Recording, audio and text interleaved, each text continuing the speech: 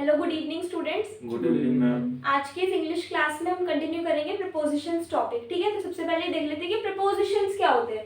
Preposition is the word और group of words, कि या तो एक वर्ड होता है या फिर ग्रुप ऑफ वर्ड्स होता है that is generally placed before a noun और अ प्रोनाउन, जिसको हम जनरली कहां पर रखते हैं, किसी नाउन या प्रोनाउन से पहले, to express its relation with other part of the sentence. क्यों?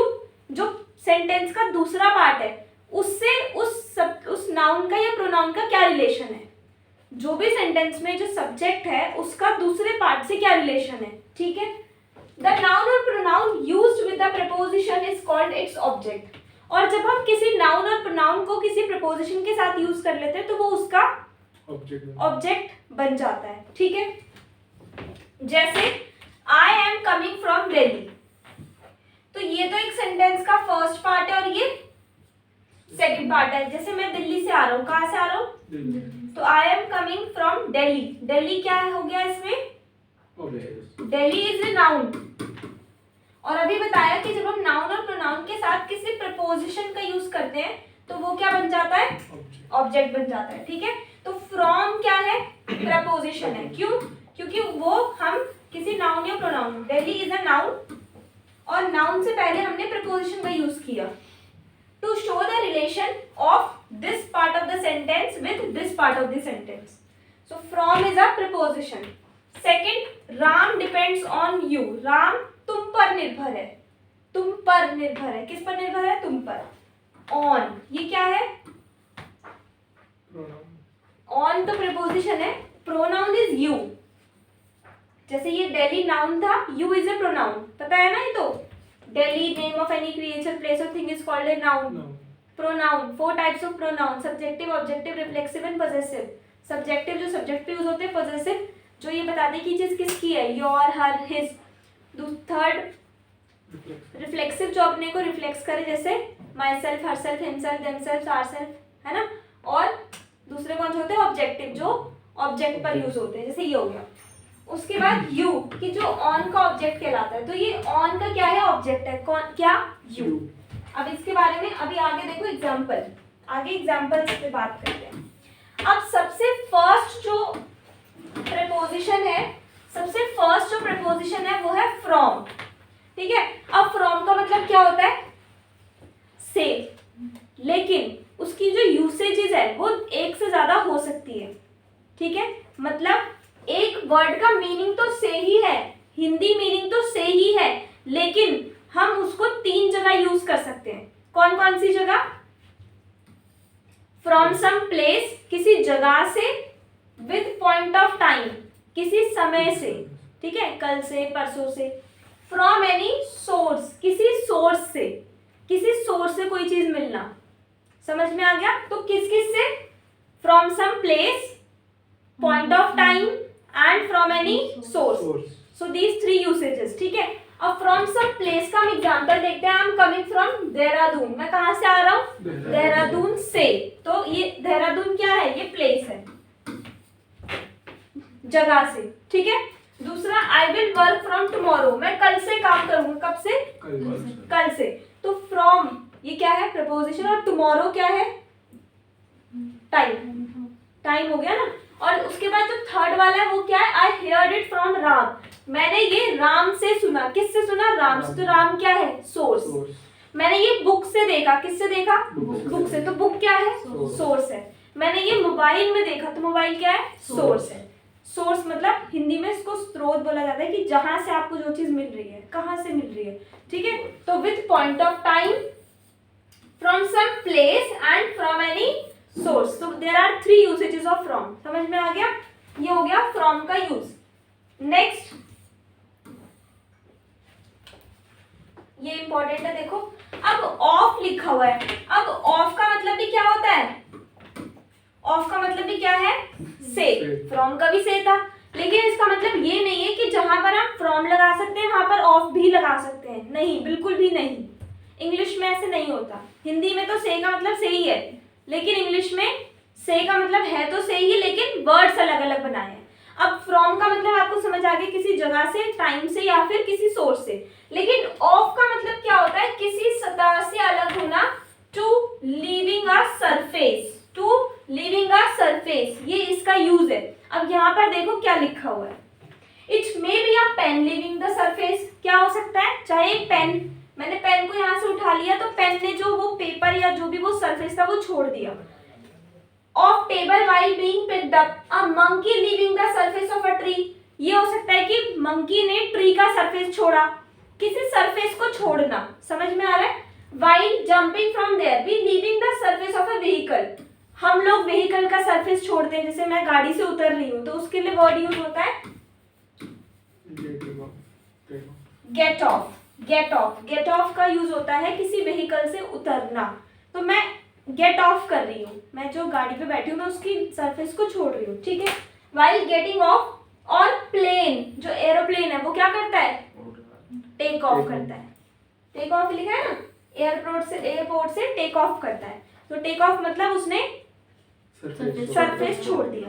तो किसी, जब कोई भी चीज कहीं से हटाते हो या कोई भी चीज कहीं से हटती है तो जब वो किसी ना किसी सतह को छोड़ती है, ठीक है। जैसे I pick the mobile off the bed, मैंने मोबाइल को बेड से उठाया तो उसने बेड का सरफेस छोड़ दिया। क्लियर हो रहा है, किसी सतह से अलग होना। For example I pick the mobile off the bed, I am wiping the dust off the screen, मैं स्क्रीन से डस्ट हटा रही हूँ तो वो डस्ट स्क्रीन का सरफेस छोड़ रही है। Monkey jumped of the tree, बंदर पेड़ से कूदा। Move the cup of the table, table को कप को टेबल से हटा दो, ठीक है। Move the cup of the table, table से कप हटा दो, समझ में आ गया। तो किसी सतह का अलग होना, वहां पर ऑफ आएगा, ओ डबल एफ। क्लियर है, क्लियर है इतना, ठीक है।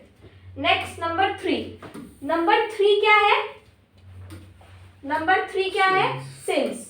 अब यहाँ देखो सिंस का मतलब भी क्या है, से ही है, सिंस का मतलब भी से ही है, लेकिन अगेन यूसेज अलग है, meaning is same but the usage is different.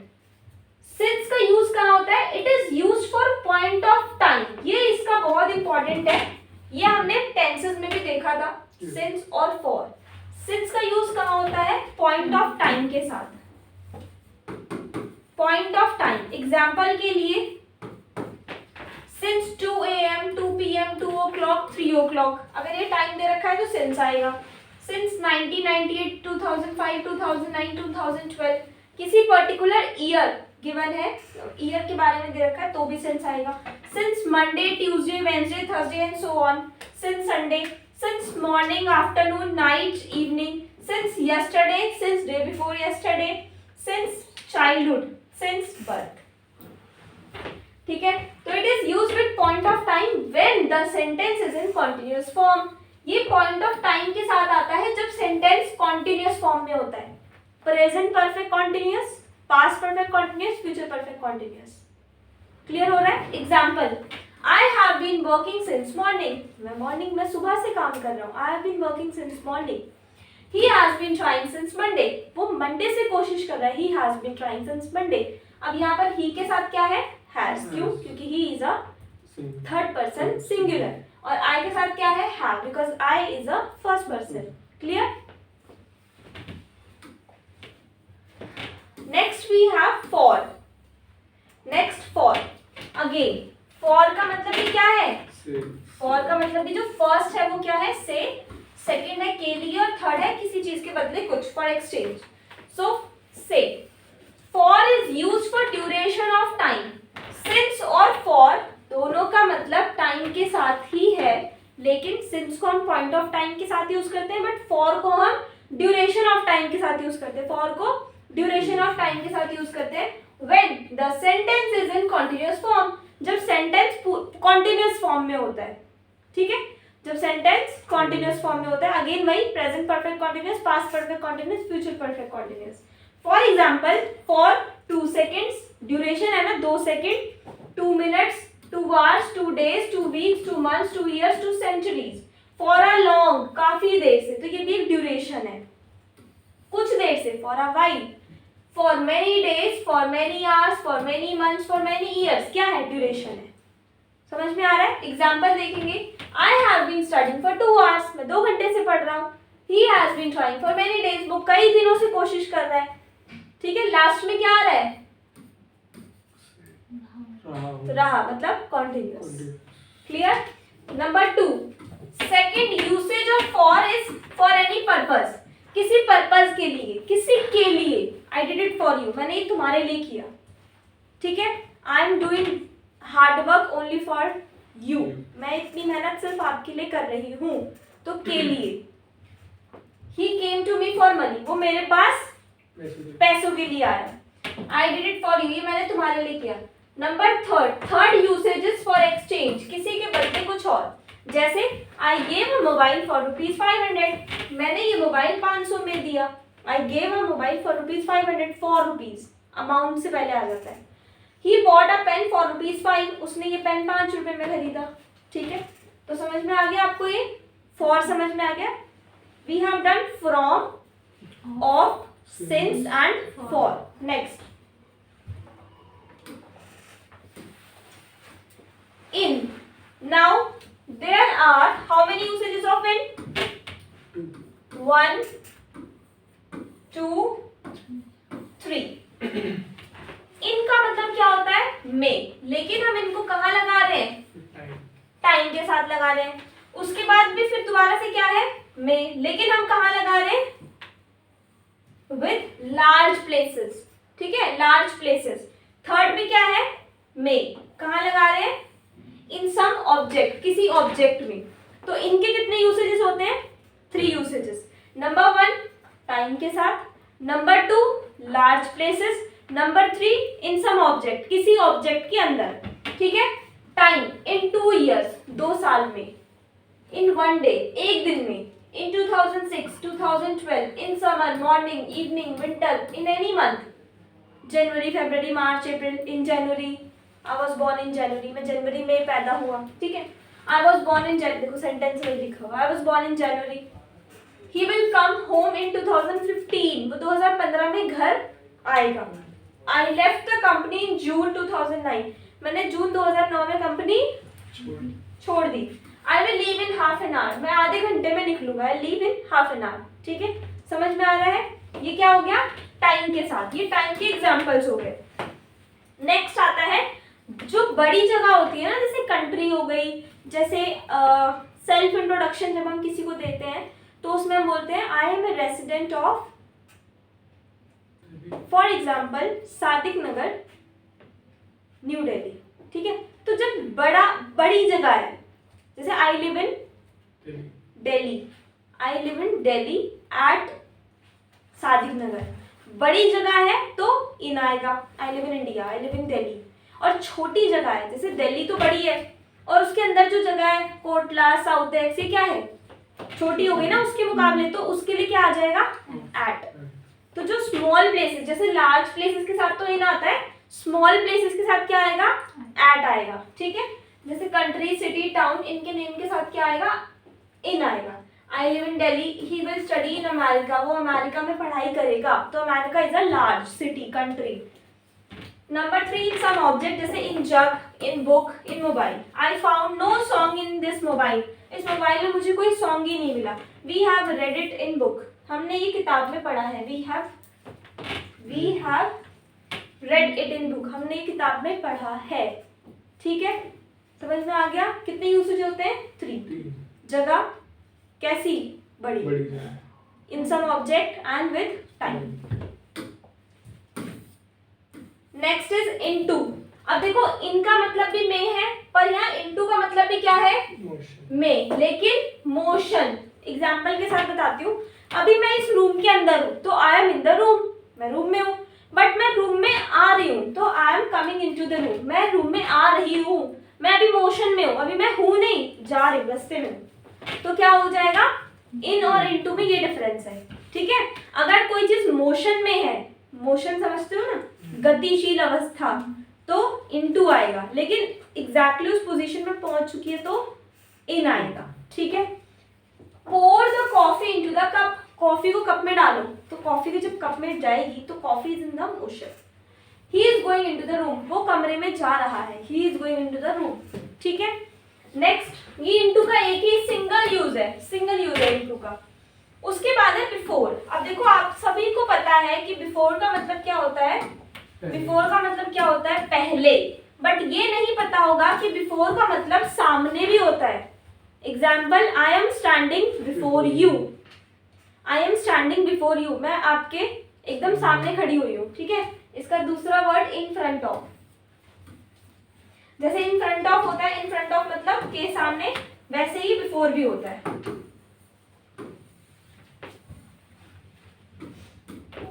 तो इन फ्रंट ऑफ का अगर आपसे पूछ ले सब्स्टिट्यूशन कि हम इन फ्रंट ऑफ के अलावा और कौन सा वर्ड यूज कर सकते हैं, तो आपको क्या बोलना है, बिफोर, ठीक है। एक हो गया पहले, before 2 o'clock, before evening, before me, before I say this train will reach before time, ये वाली ट्रेन टाइम से पहले पहुंच जाएगी। I will come before you leave, मैं तुम्हारे निकलने से पहले कम आऊंगा। और in front of you, now I am standing before you, अब मैं आपके सामने खड़ा हूं। He was sitting before his dad, वो अपने पापा के सामने बैठा हुआ था, वॉज, ठीक है, क्लियर है इतना। उसके बाद मतलब बिफोर के दो यूज हो गए, एक सामने और एक पहले, एक तो पता है एक नहीं पता। अगेन आफ्टर में भी आपको एक यूज तो पता है, कौन सा वाला, आफ्टर का मतलब क्या होता है, बाद में। I will meet you after 10, मैं 10 बजे के बाद तुमसे मिलूंगा। आई रीच्ड आफ्टर देम, मैं उनके बाद पहुंचूंगा। और सेकंड इसका जो यूज होता है वो होता है किसी के पीछे पड़ जाना, किसी के पीछे पड़ जाना, ठीक है। I was after my professor for getting some help, मतलब मदद के लिए मैं अपने प्रोफेसर के पीछे पड़ गया। He was unnecessarily after that girl, वो बेवजह उस लड़की के पीछे पड़ा हुआ है। My father has denied thrice, thrice का मतलब क्या होता है, 3 बार, वंस एक बार, ट्वाइस 2 बार, थ्राइस 3 बार। तो my father has denied thrice, मेरे पापा ने 3 बार मना कर दिया, but I am still after, लेकिन मैं अभी भी उनके पीछे पड़ा हुआ हूँ। समझ में आ गया, आफ्टर मतलब किसी के पीछे पड़ जाना, समझ में आ गया इतना, ठीक है। Next we have by, by, B by. अब बाय का मतलब यहाँ पर क्या होता है, एक तो होता है द्वारा, जिसको हम पैसिव वॉइस में यूज करते हैं, जैसे बाय राम, बाय समन, मतलब किसी के द्वारा। और सेकंड होता है किसी व्हीकल से, किसी व्हीकल से, travel by some vehicle, by car, by bus, by train, ठीक है। और थर्ड होता है तक, with time, only in future indefinite, future indefinite कि इतने बजे तक मैं ये काम कर लूंगा, गागे की आ रहा है ना, फ्यूचर इंडेफिनिट, सिर्फ फ्यूचर इंडेफिनिट में इसका यूज होता है ये। और फोर्थ होता है बगल में, बगल में मतलब साइड में। अब मैं आपको बता दूं कि इस बाय की जगह आप एडजेसेंट भी यूज कर सकते हो, ठीक है, आप नेक्स्ट टू भी यूज कर सकते हो, आप बिसाइड्स भी यूज कर सकते हो, और आप बाय भी यूज कर सकते हो। So there are 4 different words, these are the 4 substitutions of this, clear. तो फर्स्ट है passive voice, by Ram. I was stopped by someone, मुझे किसी के द्वारा रोका गया, कि द्वारा जहां लग जाता है वो पैसिव फॉर्म होती है। एक्टिव वॉइस, पैसिव वॉइस, वो भी हम करेंगे later. He can be sent by his father, उसे अपने पापा द्वारा भेजा जा सकता है, he can be sent by his father. Okay, by vehicle, I travelled by bus, मैंने बस से यात्रा की। He is coming by noon flight, वो दिन वाली फ्लाइट से आ रहा है। और तक कहाँ आएगा, फ्यूचर इंडेफिनिट, फ्यूचर इंडेफिनिट में हेल्पिंग वर्ब क्या होती है, विल, देखो विल ही है, ठीक है। I will leave bye 4 o'clock, मैं 4 बजे तक निकल जाऊंगा। We will finish it by morning, हम सुबह तक ये खत्म कर लेंगे। और नेक्स्ट क्या है, बगल में, I was standing by him, मैं उसके बगल में खड़ा था, क्लियर है। By, besides, adjacent, next to, ये 4 अलग अलग वर्ड्स होते हैं। नेक्स्ट है विद, नेक्स्ट है विद। विद के कितने यूज है, 2। एक तो हो गया से, देखो ये भी से आ गया, अभी हमने फ्रॉम, ऑफ, सिंस, फॉर, अब ये 5th आ गया से। कहां पर आ रहा है, किसी चीज का यूज करके कुछ करना। Perform a task with the help of something, जैसे with a knife, with a pen, with a sword. Sword क्या होती है, तलवार। I cut the cake with a knife, I cut the cake with a knife. He wrote the letter with a blue pen. He killed the bird with a stone, उसने bird को पत्थर से मारा, तो से। दूसरा होता है साथ, किसी के साथ, अकम्पनी समवन और समथिंग, जैसे with Ram, with you, with a thing, किसी भी चीज के साथ। I am with Ram in this matter, इस मामले में मैं राम के साथ था। We will be with you, हम आपके साथ रहेंगे। My dad went to his office with the laptop, मेरे पापा लैपटॉप के साथ ऑफिस गए। समझ में आ गया? क्लियर है? इजी है अभी तो। Next we have add. अब देखो ऐड के कितने यूसेजेस हैं? 5. There are 5 usages of add. एक तो मैंने जस्ट अभी आपको बताया था, विथ स्मॉल प्लेसेस, टाइम के साथ भी लगता है, एट 2 o'clock, ठीक है। I born at 2, he will come home at 10 AM, वो 10 बजे घर आएगा। दूसरा हो गया विद नाइट और नून, मॉर्निंग में नहीं लगेगा, इवनिंग में नहीं लगेगा, सिर्फ एट नाइट एट नून, दोनों में लगेगा, नाइट और नून में। To tell the cost of something, हम बोलते हैं ना एट रुपीज 10 kg, तो किसी चीज का कॉस्ट बताने के लिए यूज होती है। In any festival and in any event, किसी फेस्टिवल इवेंट के साथ भी लगता है। आई will come home at Holi, मैं होली पर घर आऊंगा, ठीक है। आई will come home on my at my birthday, अपने बर्थडे पर घर आऊंगा। तो विद इवेंट और festival. In this class we'll complete 2 more words, then we'll carry leftover words in next part, next class. Next is through. There are 2 usages of through. Number 1, to see through some object, किसी चीज के are पार देखना। I can see through the glass as it is transparent. मैं इस glass से देख सकता हूँ क्योंकि ये ट्रांसपेरेंट है। 3 वर्ड होते हैं, ट्रांसपेरेंट जो पूरा ट्रांसपेरेंट हो, आर पार पूरा अच्छे से दिखे। सेकंड वन इज ट्रांसलूसेंट, जिसमें थोड़ा बहुत दिख ले, मतलब थोड़ा बहुत दिखे, जैसे पेयर्स का सोप होता है, उससे थोड़ा बहुत दिखता है, हल्का फुल्का आधा दिखे। और थर्ड क्या होता है? ओपेक। थर्ड होता है ओपेक। ये सब देखो कुछ नहीं पता कहाँ कौन सा वर्ड टकरा जाए, तो इसलिए जितने वर्ड जहाँ जहाँ आते जाए उतने उतने बताती रहती हूँ मैं आपको। ट्रांसपेरेंट ऊपर लिखा है, ट्रांसलूसेंट ये होता है, ठीक है। तो अब मैं इस ग्लास से देख सकती हूँ क्योंकि ये ट्रांसपेरेंट है। समझ में आ गया? ये भी हो गया। I can see through this hole, इस होल में से मैं देख सकती हूँ। समझ में आ गया? तो एक तो ये हो गया कि किसी ऑब्जेक्ट के आर पार देखना। सेकेंड यूज क्या है? किसी ऐसी जगह से गुजरना जिसमें लिमिट्स हो। जिसमें लिमिट्स हो किसकी? टॉप बॉटम की या दोनों साइड की।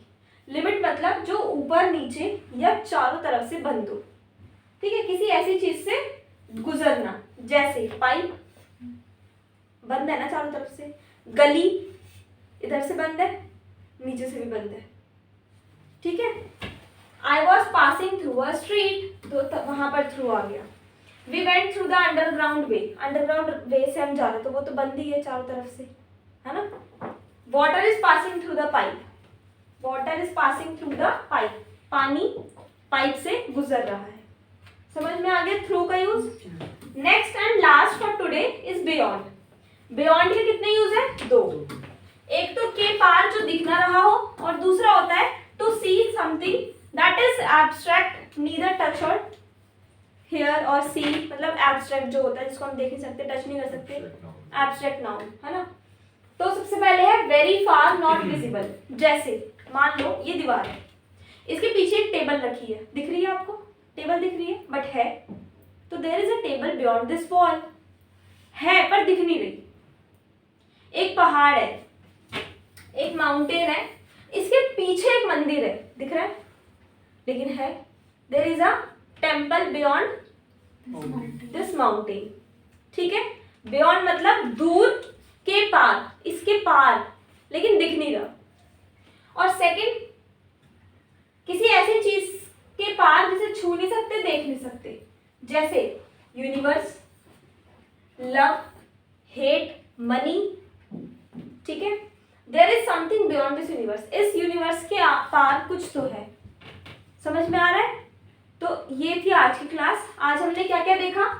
हमने देखा, एक बार ऐसे ही रिकॉल सा कर लेते हैं। सबसे पहले हमने देखा फ्रॉम, कितने यूसेजेस हैं? 3। From some place, point of time, from any source, clear. Second हमने देखा ऑफ, ऑफ का मतलब होता है to leave a surface. Third since, since with point of time only in continuous form. Second for, there are 3 usages of for. Number 1 with duration of time, number 2 for any purpose, number 3 for any exchange.